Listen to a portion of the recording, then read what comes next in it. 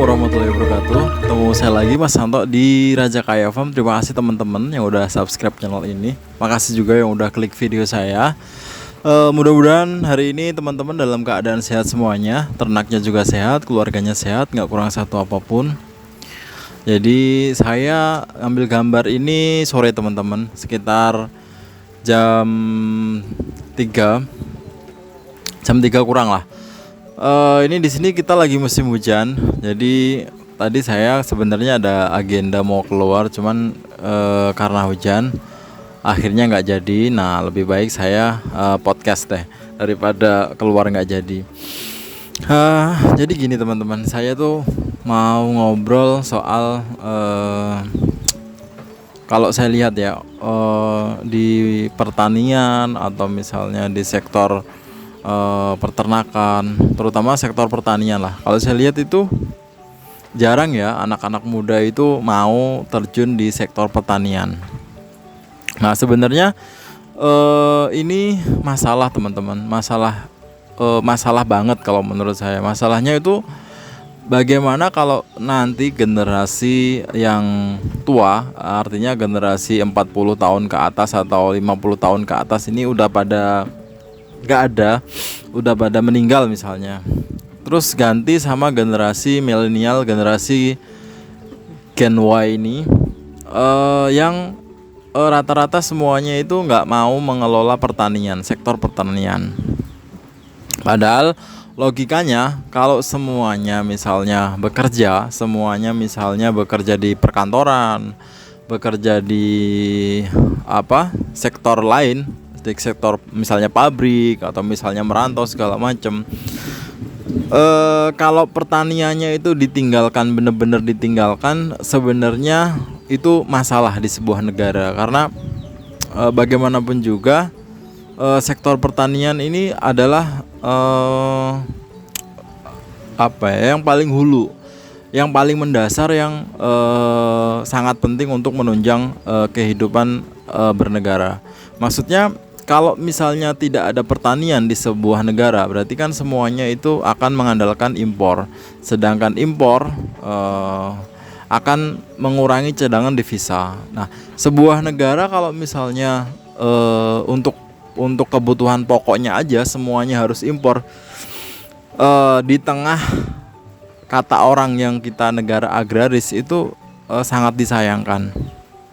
Nah, sebenarnya kita juga nggak bisa nyalain anak mudanya kenapa mereka nggak mau bertani, nggak mau lari ke sektor pertanian. Bertani itu sulit banget teman-teman, susah banget. Susahnya itu bener-bener susah gitu loh. Maksudnya pas kita panen harganya murah, pas kita belum panen harganya mahal, begitu kita panen harganya murah. Pupuknya mahal, pupuknya susah, udah begitu harganya mahal, setelah panen harga panennya murah. Nah, apalagi pertanian itu kan panennya itu biasanya 3 bulan sampai 4 bulan sekali. Nah, untuk generasi anak muda, generasi sekarang, mereka rata-rata pada nggak betah kalau misalnya harus ngerjain pertanian sementara megang duitnya itu 3 bulan sekali, panennya 3 bulan sekali atau 4 bulan sekali. Pokoknya pertanian itu nggak keren lah di Indonesia, sama sekali nggak keren buat anak-anak muda. Kenapa saya bilang gitu? Dulu saya aja baru lulus aja saya langsung merantau ke Jakarta. Jadi saya merantau di Jakarta itu kurang lebih 20 tahun teman-teman. Baru setelah merit, saya merit sama orang Semarang. Nah setelah merit ini, karena Semarang sama kampung saya itu relatif deket, saya jadi bisa bolak-balik. Apalagi sekarang punya kambing yang harus dicek tiap bulannya. Jadi saya itu mau tidak mau sekarang itu saya melihat secara langsung, ikut terlibat dalam proses bertani. Jadi yang makanya kemarin saya bilang itu saya lagi bantuin bapak saya untuk menyiapkan musim tanam, karena sekarang kita lagi musim tanam, di musim tanam padi. Jadi keluhannya kayak gitu teman-teman. Nggak tahu sektor pertanian itu di negara kita tuh mau dilariin kemana, mau di model gimana. Tapi yang jelas pertanian kita itu jauh ketinggalan itu dari negara-negara tetangga tuh, ketinggalan puluhan tahun. Artinya kenapa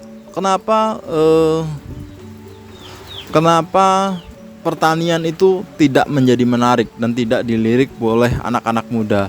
Berarti ada yang salah di sana gitu. Dan pemerintah kita rasanya ya membiarkan semuanya itu berjalan dengan sendirinya. Jadi nggak ada perbaikan sama sekali dari dulu pas saya masih sekolah sampai saya sekarang udah kerja, udah merit, udah pulang lagi, ya pertanian gitu-gitu terus. Gitu-gitu terus tuh gimana? Waktu tanam pupuknya mahal, begitu kita panen harga panennya murah. Nah begitu aja terus. Jadi bertahan itu kayak cuma cuma membuat ketentraman aja. Artinya kalau kita misalnya nanam padi, nanti panen, terus gabahnya dibawa pulang, misalnya dapat 50 sak, itu di rumah ada gabah 50 sak. Jadi nanti kalau misalnya beras habis, kita tinggal giling, tinggal itu. Tapi secara uang, secara kemajuan, jalan di tempat ya gitu-gitu aja. Kenapa? Padahal sebenarnya pertanian ini menurut saya pondasi sebuah negara itu dari pertaniannya, karena kebutuhan pokok itu disuplai dari sektor pertanian. Bayangin kalau semua orang itu nggak ada yang ngerjain pertanian. Jadi generasi tua ini, yang tua ini sudah misalnya sudah uzur, sudah pensiun, sudah nggak bisa ke sawah, sementara generasinya mudanya tidak mau terjun ke sawah. Nanti kita bakal tahu bagaimana sebuah negara itu nggak ada sektor pertaniannya yang dikelola, negara itu bisa kolaps karena semuanya pasti akan dipenuhi dari impor. Jadi saya di sini mengajak anak-anak muda supaya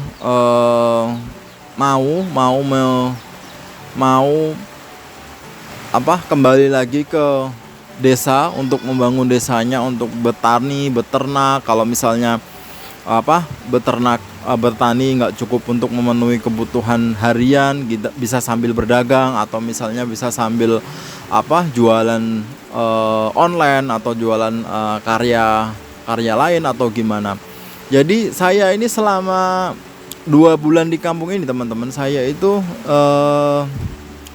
mau nggak mau terjun ke sawah, dan saya itu bikin beberapa alat yang menurut saya itu bisa membantu pekerjaan saya sebagai sebagai petani gitu. Jadi mungkin di tempat saya ini bertaninya masih cara konvensional, masih cara biasa gitu loh, yang sangat menurut saya sangat lama kalau ngerjain dengan cara kayak gitu. Makanya saya bikin beberapa alat yang sederhana tapi bisa membantu saya untuk nyelesain pekerjaan yang tadinya lama, bisa memangkas waktu. Jadi nanti saya akan beberapa momen nanti saya akan share alat apa aja yang saya bikin. Nanti mudah-mudahan menginspirasi buat teman-teman semuanya, mudah-mudahan bermanfaat, mudah-mudahan bisa membantu teman-teman yang masih setia menggeluti pertanian. Maksudnya meskipun memang keadaannya belum begitu sempurna, tapi pertanian memang tidak bisa ditinggalkan sama sekali di sebuah negara. Jadi saya mengajak teman-teman semuanya, terutama anak muda, buat ikut terjun di pertanian untuk mengembalikan kejayaan pertanian kita. Jadi tapi pertanian kita jangan ketinggalan banget gitu loh. Maksudnya nanti anak-anak muda itu kalau misalnya dia mau bertani, pasti dia punya inovasi-inovasi baru yang bisa membantu kaum tua ini menyelesaikan pekerjaannya. Jadi itu aja teman-teman, sharing saya hari ini. Makasih banyak udah nonton sampai habis. Mohon maaf kalau ada kata-kata saya yang kurang berkenan. Kita ketemu lagi teman-teman di video selanjutnya. Jangan lupa subscribe channel ini, Raja Kaya Farm, biar berkembang. Jangan lupa ikutin saya di IG teman-teman, dengan nama Raja Kaya Farm, Facebooknya juga, TikToknya juga. Ikutin saya juga di Tokopedia teman-teman, banyak alat-alat kandang di sana. Mudah-mudahan bermanfaat buat teman-teman semuanya. Sampai ketemu lagi. Wassalamualaikum warahmatullahi wabarakatuh.